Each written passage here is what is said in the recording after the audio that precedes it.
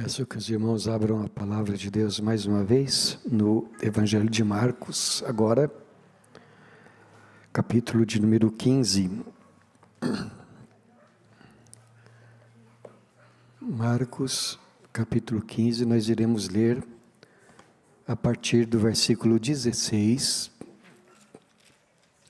até o versículo de número 41.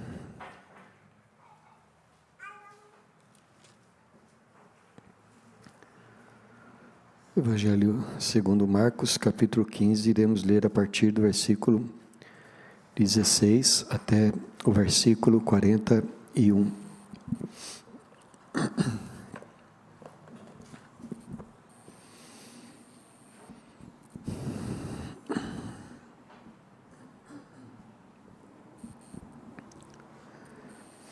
Então, os soldados o levaram para dentro do palácio, que é o pretório, e reuniram todo o destacamento.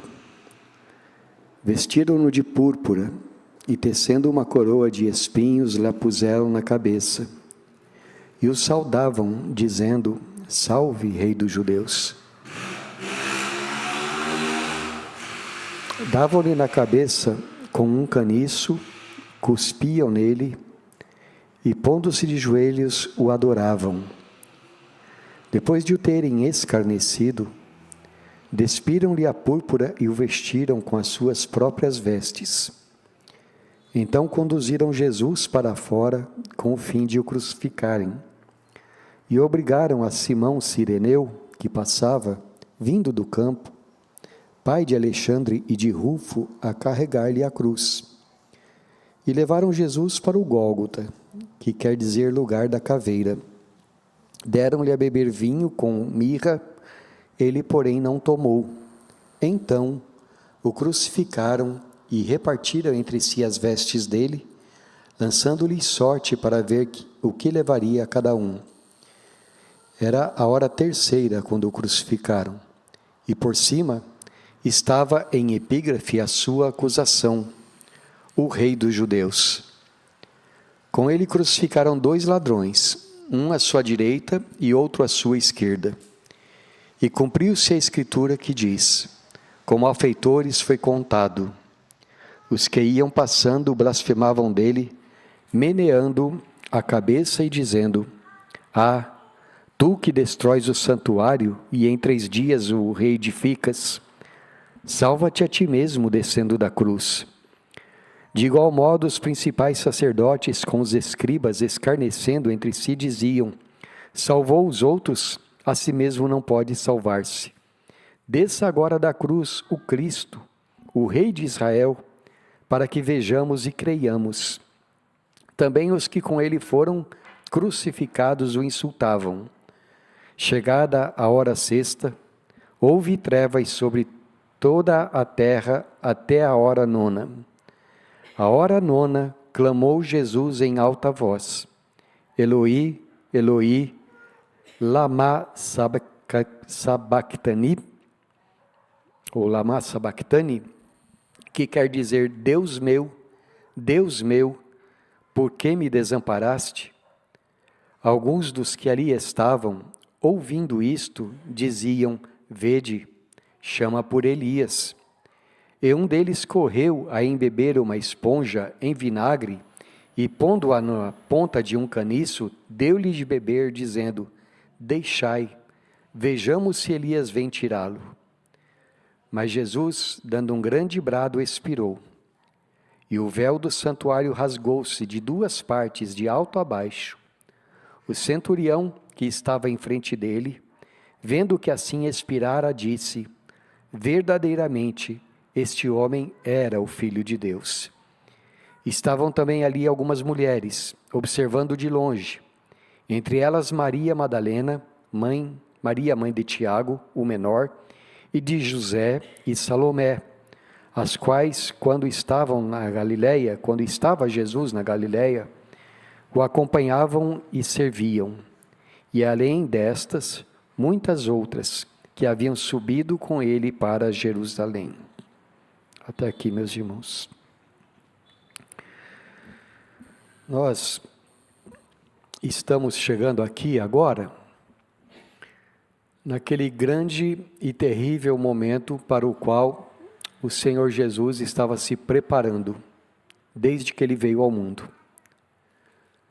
Na verdade, para o qual Ele estava se preparando bem antes de ter vindo ao mundo. E a respeito do qual Ele nos diz no Evangelho, a sua alma muitas vezes se sentiu angustiada. Você deve se lembrar que apenas uma semana antes, quando Jesus entrou em Jerusalém, as multidões estavam uns à frente, outros atrás, gritando: Hosana, bendito o que vem em nome do Senhor, glória a Deus nas maiores alturas. E estendiam seus mantos e fizeram para Jesus um tapete de ramos e de flores, para que ele entrasse em Jerusalém, aos clamores da multidão. Agora, da mesma forma como uma semana antes, eles haviam gritado Hosana ao filho de Davi, agora eles estavam gritando: crucifica-o, crucifica-o. Como o coração humano é inconstante, como os mesmos que podem estar te louvando hoje, podem querer a tua crucificação amanhã. E então, ainda que, contrariando a sua própria consciência, mas procurando agradar a multidão, o governador Pôncio Pilatos ordenou que Jesus fosse primeiro açoitado e depois crucificado. Jesus recebeu nas costas aquelas 39 chibatadas que, de acordo com a lei, era permitido dar-se num homem. Aquele azorrague feito de cordas, na verdade, ele tinha na ponta de cada uma das tiras do azorrague, ele era dividido em 3 outras pontas, ou de ferro, ou de ossos, de modo que aquelas 39 se tornavam em pelo menos 137 chibatadas. E não satisfeitos com aquilo que deveriam fazer, os guardas levaram Jesus para o interior do palácio, tiraram as suas roupas, todo o destacamento de soldados reunido, colocaram no lugar de suas roupas um manto vermelho, um manto escarlate, como se ele fosse, me perdoem a expressão, como se fosse um palhaço, e ficaram rindo do Senhor Jesus. Colocaram na cabeça dele um arremedo de coroa, uma coroa feita de espinhos. Um arremedo de cetro colocaram na sua mão, uma cana, e vedaram seus olhos, e batiam nele, e riam, e diziam: salve, rei dos judeus! E se ajoelharam em adoração ao rei dos judeus. E depois de escarnecerem, depois de zombarem, depois de o açoitarem, tiraram aquele manto de púrpura, vestiram novamente as roupas dele e conduziram Jesus para fora, a fim de que ele fosse crucificado. No caminho eles encontraram um homem chamado Simão Cireneu, isto é, da cidade de Cirene, era uma cidade no norte da África. E pela maneira como Marcos escreve aqui, dizendo que ele era o pai de Alexandre e Rufo, isso nos faz pensar que estes Alexandre e Rufo deveriam ser bem conhecidos da igreja naqueles dias, levando em conta que Marcos escreveu na cidade de Roma e que Paulo cita na sua carta aos Romanos um crente chamado Rufo.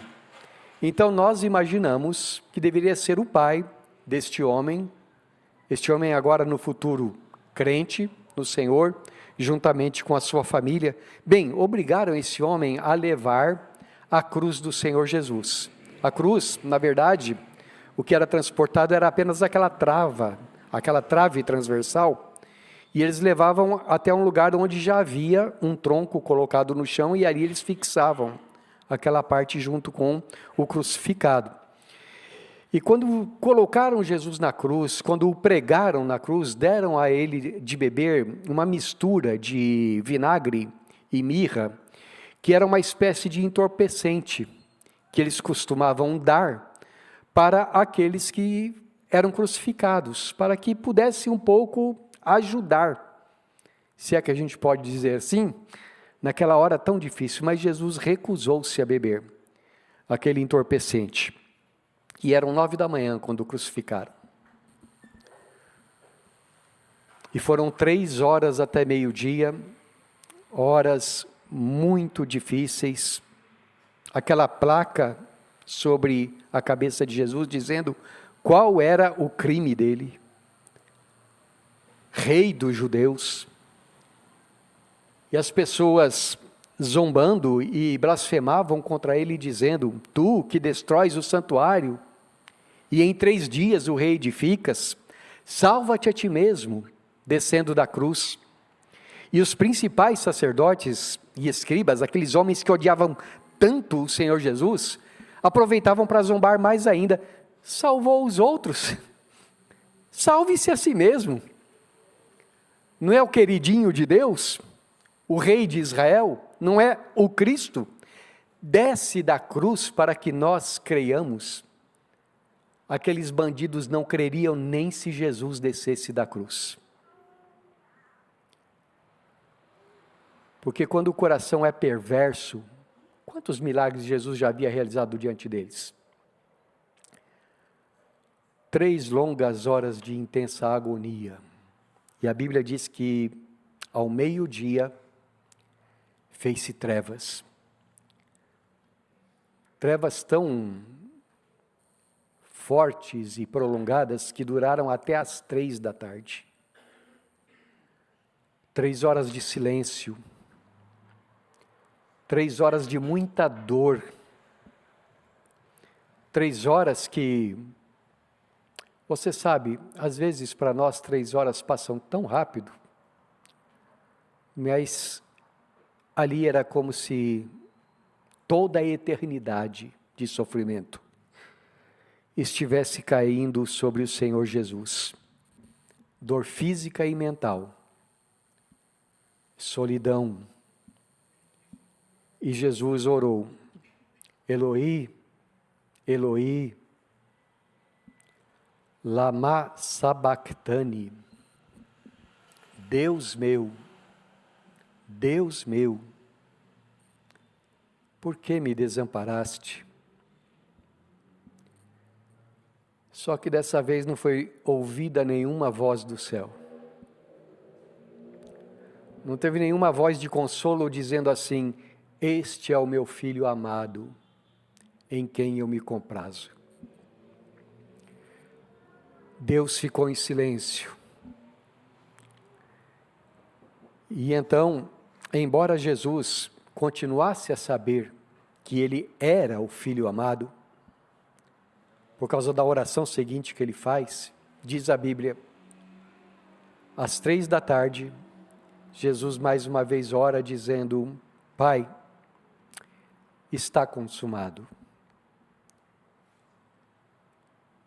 Em tuas mãos eu entrego o meu espírito. E morreu. Em Jerusalém, no templo em Jerusalém, vocês sabem, havia uma sala muito especial que era chamada o Santo dos Santos. O lugar santíssimo. Ninguém podia entrar naquele lugar, a não ser, uma vez por ano, o sumo sacerdote, e como diz a Escritura, não sem sangue. Ele tinha que entrar com o sangue dos sacrifícios, porque aquele homem, o sumo sacerdote, estava naquele momento representando todo o povo de Israel com seus pecados, e ele entrava no santuário para, ali no santuário, derramar o sangue no altar, o sangue do sacrifício pelos pecados do povo de Israel. E para ele entrar, vocês sabem também, havia na porta de entrada um tecido que a Escritura, a nossa tradução chama de véu, não é? Mas não era aquele véuzinho de filó, não, que nem a gente conhece hoje em dia. Era uma cortina bem espessa, que não permitia quem estivesse do lado de fora ver o que estava acontecendo do lado de dentro. E se alguém entrasse ali sem o sangue, essa pessoa era considerada digna de morte.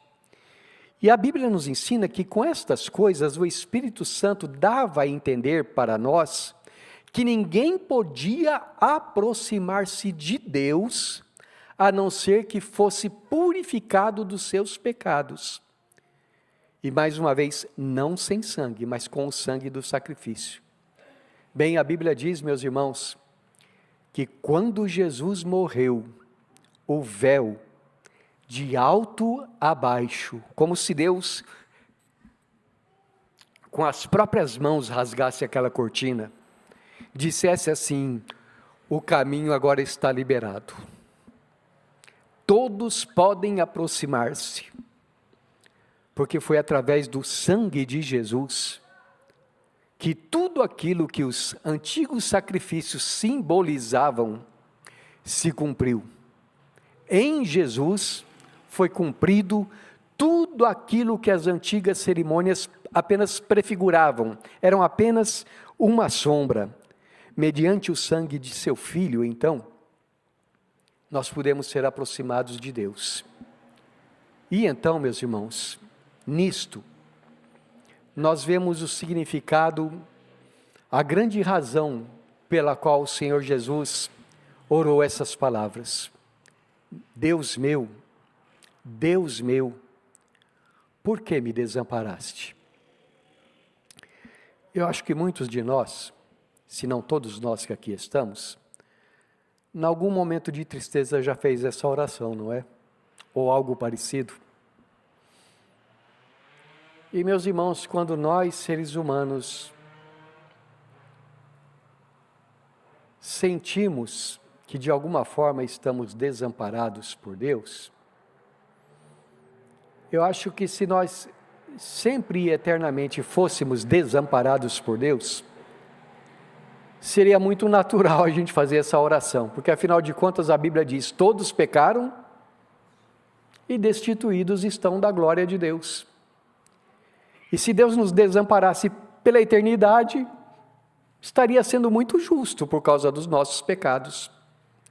Mas aqui, nós estamos falando sobre alguém, estamos lendo sobre alguém, a respeito de quem nós podemos dizer, alguém que nunca, ou alguém como ninguém, fez essa oração de forma tão vigorosa.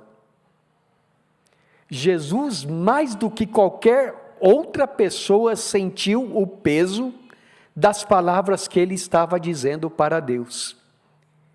Por quê? Primeiro, porque naquele momento, não era qualquer homem da história da humanidade que estava orando. Era o homem que representava ali todos os outros. E ele estava de fato se sentindo desamparado por Deus. Jesus não disse essas palavras como um mero recurso de retórica, como quem quer fazer um discurso impressionante e impressionar os outros.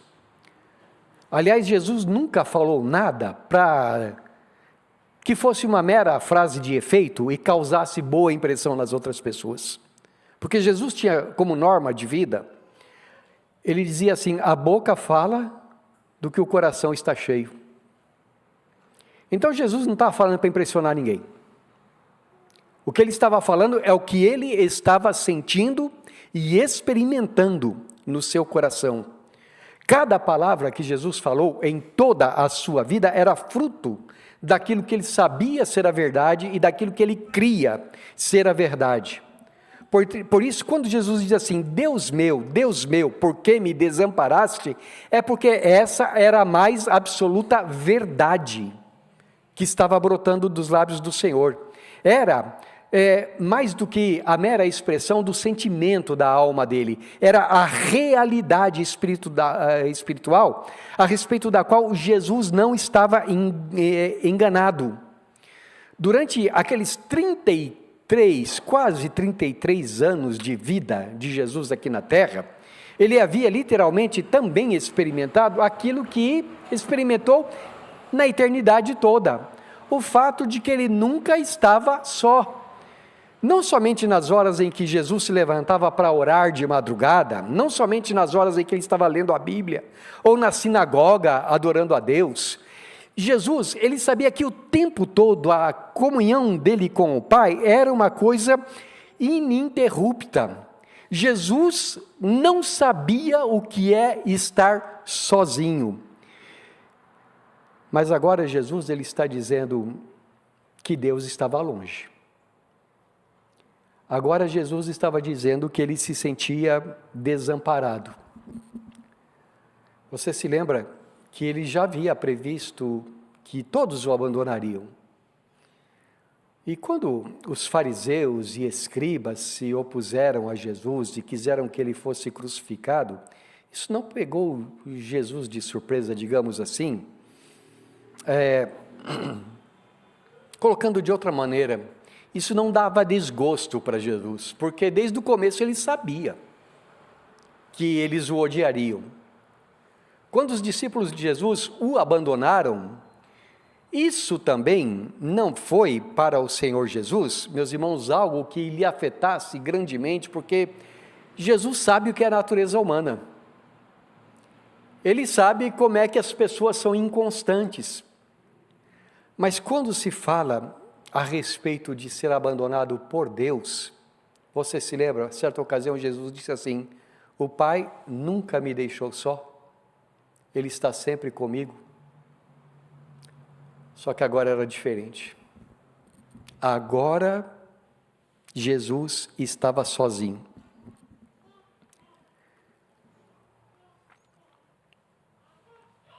Eu queria fazer um parêntese aqui. Os irmãos me perdoem, eu vou fugir um pouquinho da homilética.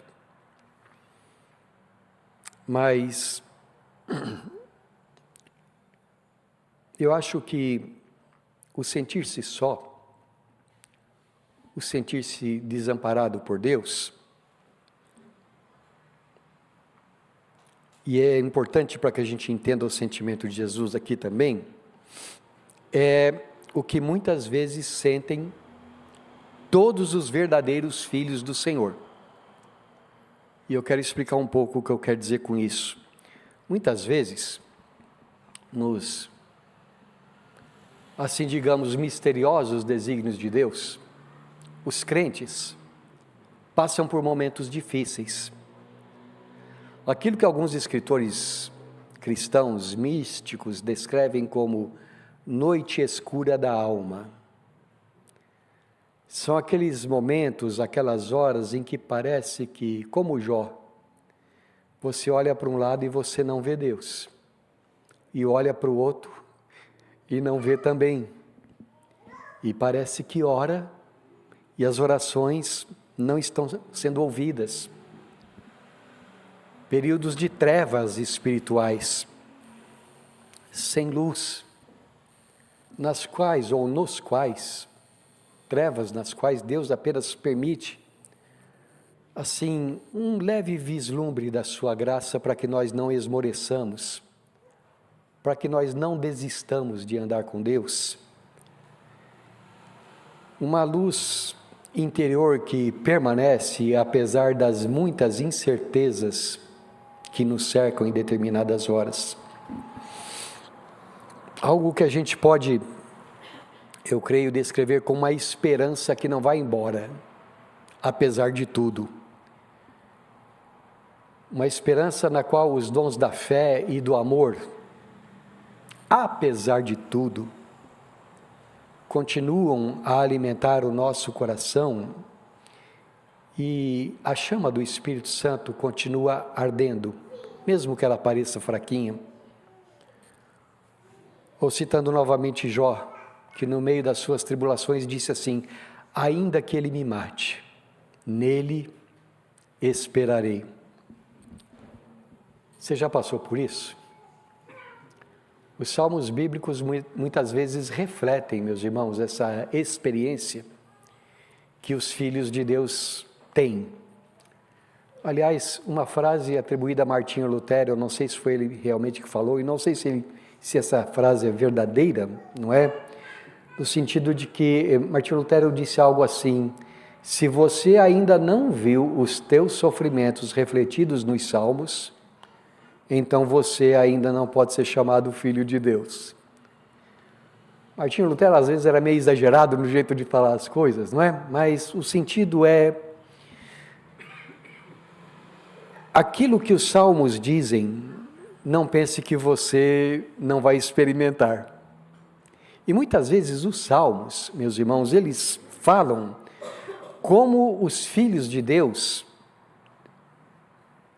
por muitas vezes, passam por coisas assim. Eu quero apenas ilustrar para os irmãos, eu vou pedir que os irmãos, que o Bruno lá atrás me ajude aqui com projeções. Eu quero ler alguns salmos com os irmãos, apenas ler, tá bom? A gente não vai discorrer não, para os irmãos entenderem o que eu quero dizer. E aí, quem é que está lá atrás para o Bruno passar o microfone? O Breno. Breno, pode ler? Ou vai ficar ocupado, Breno? Vou pedir ajuda, tá, Breno? Salmo 10, versículo 1, irmão, por favor. Porque, Senhor, te conservas longe e te escondes nas horas de tribulação? Prestou atenção? Porque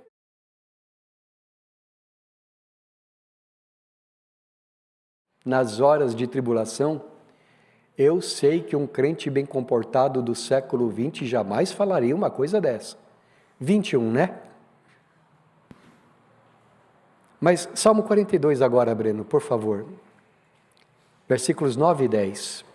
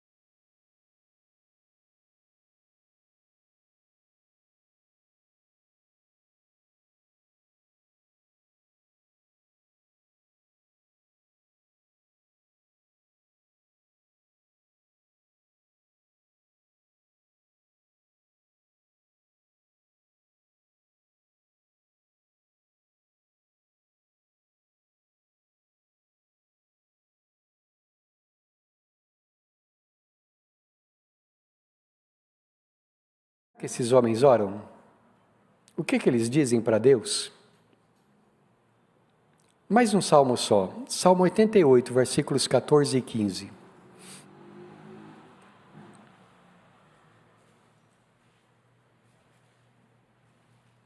Por que rejeitas, Senhor, a minha alma e ocultas de mim o rosto?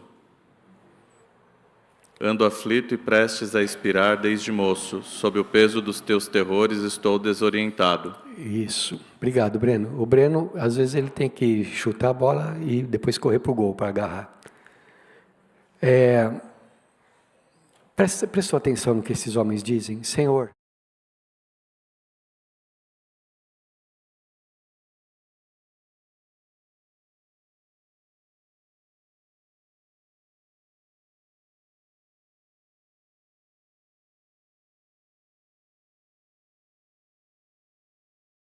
era desse jeito, porque era assim que Jesus estava, não é se sentindo apenas, ele sabia que estava acontecendo. Eu acho que uma das razões pelas quais Jesus ora dessa maneira, entre outras, é porque Jesus estava também experimentando ali o que é ser homem de dores e que sabe o que é padecer. Porque Jesus também estava ali, experimentando as nossas dores. Porque está escrito na carta aos Hebreus que nós temos um sumo sacerdote que se compadece de nós, porque ele experimentou tudo que nós experimentamos aqui. Ah, que Salvador perfeito, o nosso Jesus. Segundo, Jesus ora desta maneira porque Deus de fato o deixou só. Mas por que Jesus foi deixado só pelo Pai Celestial? Porque era necessário que assim fosse. Porque se isso não acontecesse, Jesus não poderia nos salvar. Jesus, na cruz, ele não estava apenas levando os nossos pecados. A Bíblia usa uma palavra mais forte ainda, diz que Jesus foi feito pecado em nosso lugar. Segunda carta aos Coríntios, capítulo 5, no versículo de número 21, o apóstolo Paulo diz assim: aquele que não conheceu o pecado, isto é, Jesus, ele, quer dizer Deus, o Pai, o fez pecado. Quer dizer, um homem cheio de pecado. Eu acho que eu posso usar essa frase: ali na cruz, Jesus foi feito a encarnação do pecado. Ele se tornou pecado, diz a Escritura. Para que ele foi feito pecado por nós, para que nele fôssemos feitos justiça de Deus. Eu não consigo imaginar uma palavra, um jeito mais forte de dizer, meus irmãos, como no Senhor Jesus Cristo, não somente Ele estava levando sobre si o castigo que era nosso, mas o castigo dos nossos pecados, mas Ele, na sua, por assim dizer, natureza, foi feito pecado no nosso lugar. Sabe, as nossas maldades, sabe as nossas malícias, as nossas vaidades, as soberbas do nosso coração, as nossas mentiras, os nossos crimes, as nossas infidelidades, a nossa ganância, as nossas loucuras, e você pode aumentar a lista do que eu estou falando quantas vezes você quiser. Tudo de ruim que nós fizemos e tudo de ruim que há em nós estava encarnado em Jesus. E é por isso que a palavra de Deus diz que naquela hora, o ser mais puro do universo, o profeta diz: Senhor, tu és tão puro de olhos que não podes contemplar o mal. Quando Jesus foi feito encarnação do pecado, Deus virou os olhos, virou as costas para o Filho, porque toda a nossa fealdade estava em Jesus. E o salário do pecado é a morte.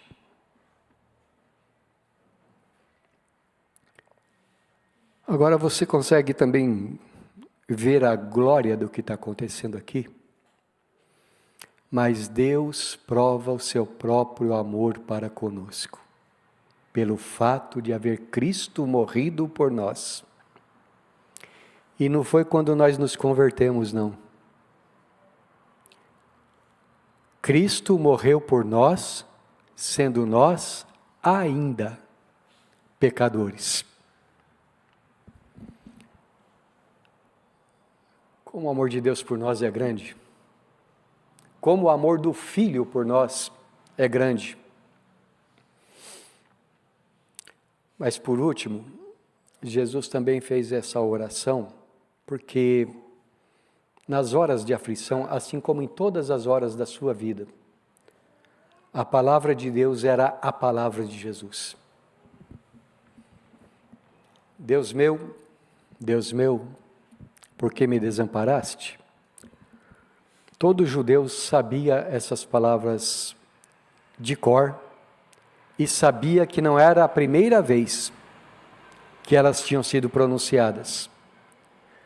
Eu peço que você, por favor, e aqui eu vou pedir de novo que o Breno me ajude, ou nos ajude, abra, por favor, a sua Bíblia lá no Salmo 22, o versículo de número 1.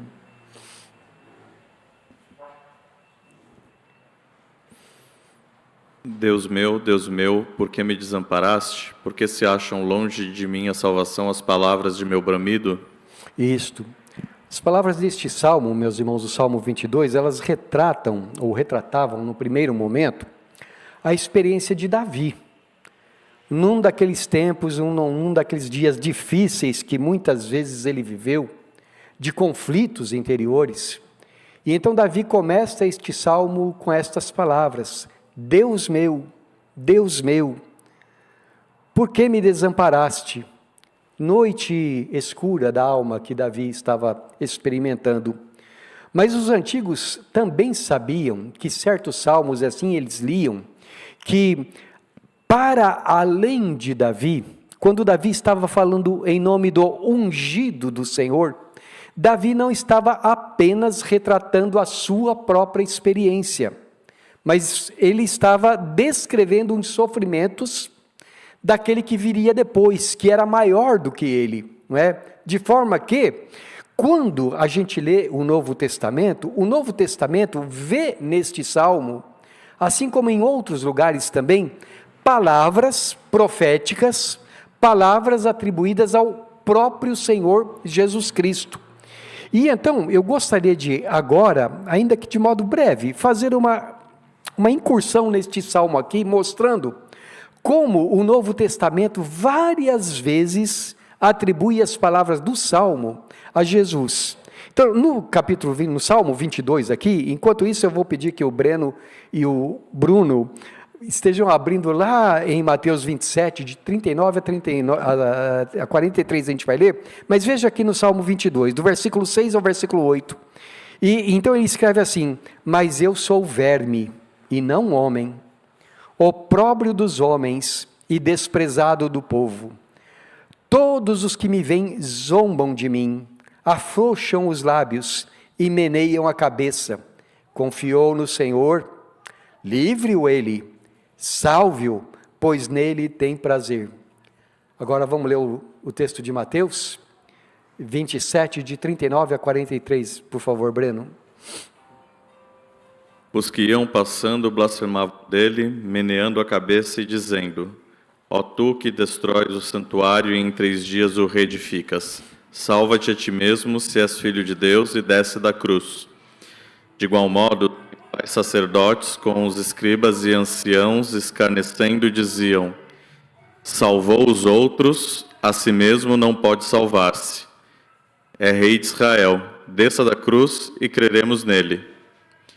Confiou em Deus, pois venha livrá-lo agora, se de fato lhe quer bem, porque disse: sou filho de Deus. Os irmãos fiquem com o texto de Mateus aí também. Eu quero ler agora o Salmo 22, 18. Repartem entre si as minhas vestes, e sobre a minha túnica deitam sortes. Mateus 27, 35, Breno. Depois de o crucificarem, repartiram entre si as suas vestes, tirando sorte. Agora eu vou ler o Salmo 22, 22. A meus irmãos declararei o teu nome, cantar-te-ei louvores no meio da congregação. E vou ler para os irmãos também Hebreus 2, 11 e 12. Pois tanto o que santifica como os que são santificados, todos vêm de um só. Por isso é que ele não se envergonha de lhes chamar irmãos, dizendo: a meus irmãos declararei o teu nome, cantar-te-ei louvores no meio da congregação. Você percebeu como é que o texto do Novo Testamento olha para o Salmo 22? Quase que a cada passo ele diz: olha, aqui é Jesus quem está falando. E você não percebe como é bonita essa harmonia entre o Antigo e o Novo Testamento? Como se por trás dos escritores houvesse uma mente maior, que estivesse falando a mesma coisa através dos escritores todos. O que eu quero dizer, meus irmãos, é que cada palavra que está escrito na palavra de Deus são palavras do Senhor Jesus. Mas ao mesmo tempo eu quero fazer o contrário.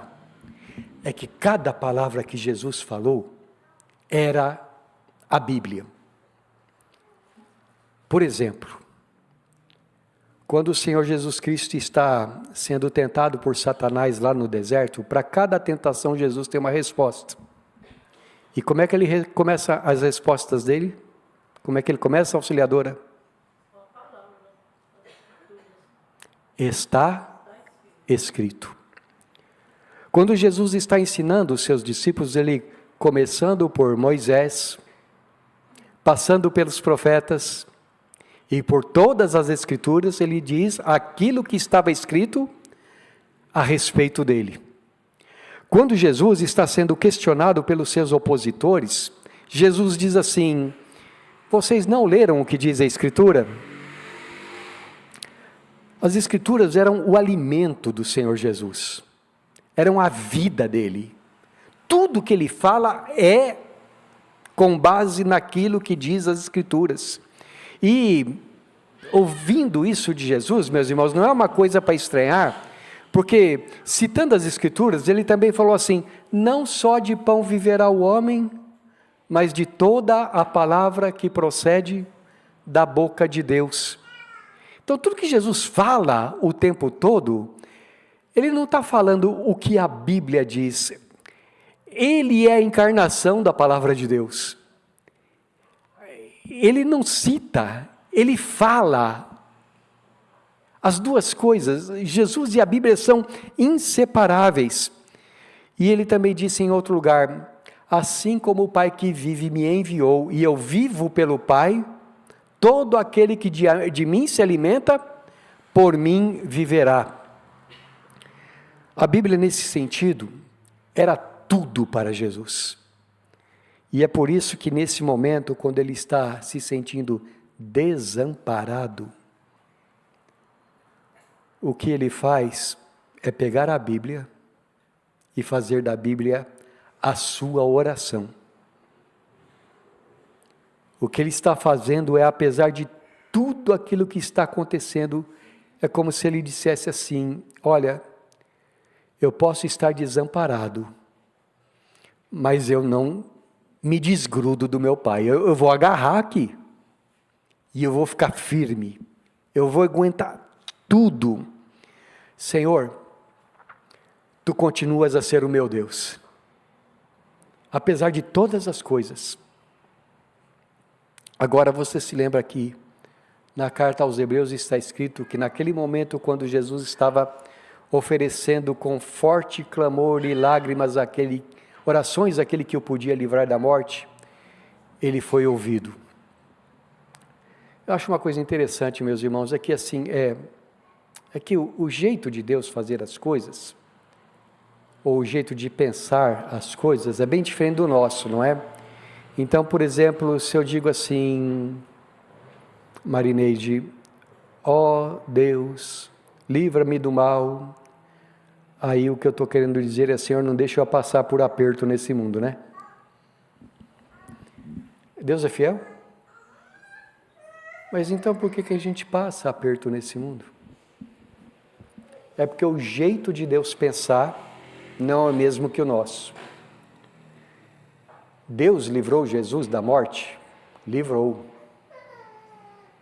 Mas livrou de um jeito diferente do que o ser humano iria imaginar. Jesus foi livrado da morte através da ressurreição.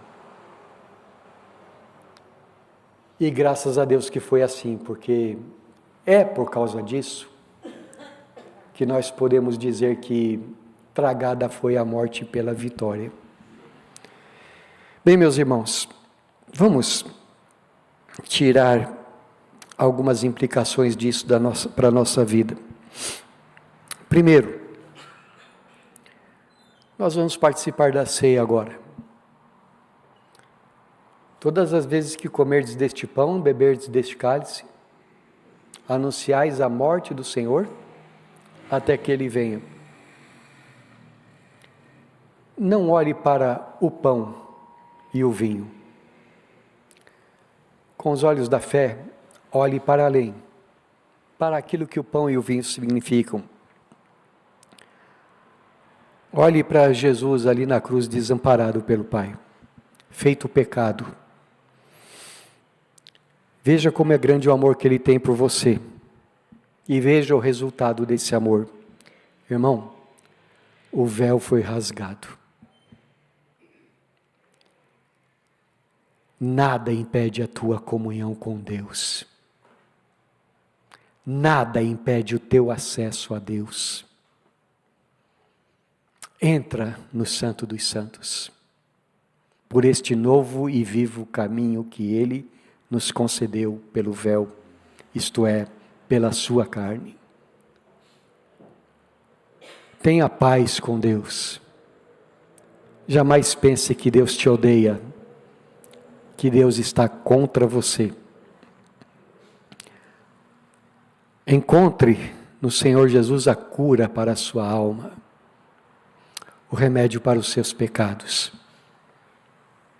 Segundo, existem ocasiões em que você se sente desamparado por Deus? Ocasiões em que parece que Deus não ouviu a tua voz? Como diria Isaías, tenha calma, bichinho de Jacó. Tenha calma, não tenha medo, vermezinho de Israel. Eu sou contigo. Eu te tomo pela tua mão direita e te fortaleço. Não te deixarei, jamais te abandonarei. Os melhores homens de Deus se sentiram assim. Moisés, Elias, Davi, José, mas Deus estava sempre com eles. Confia nisso, irmão, e confia que, embora às vezes a gente não entenda, Deus diz assim: quando você passar pelas muitas águas, elas não vão te submergir. Quando você passar pelo fogo, você não sofrerá dano, porque eu sou com você. Terceiro, você precisa de forças para enfrentar as horas de tribulação? Olha para como Jesus fazia. Jesus tinha o coração tão cheio da palavra, que nas horas de tribulação, o que ele fazia era falar a palavra. Ele cita as Escrituras, ele faz das Escrituras a força dele. Irmão, conheça as Escrituras e faça das Escrituras a tua fala. Você não precisa inventar oração bonita, basta você usar a Escritura. E você não precisa de muitas frases, basta você falar a Escritura. A Escritura, a palavra de Deus, é a tua força. E saiba do seguinte: depois da tempestade, vem a bonança. A última tempestade, o último rio, é o rio da morte. Mas depois da morte, o que acontece, Marineide? A vida é eterna. Então nunca tenha medo de nada. Porque depois de todas as coisas, você verá o sorriso do Senhor na glória. Amém.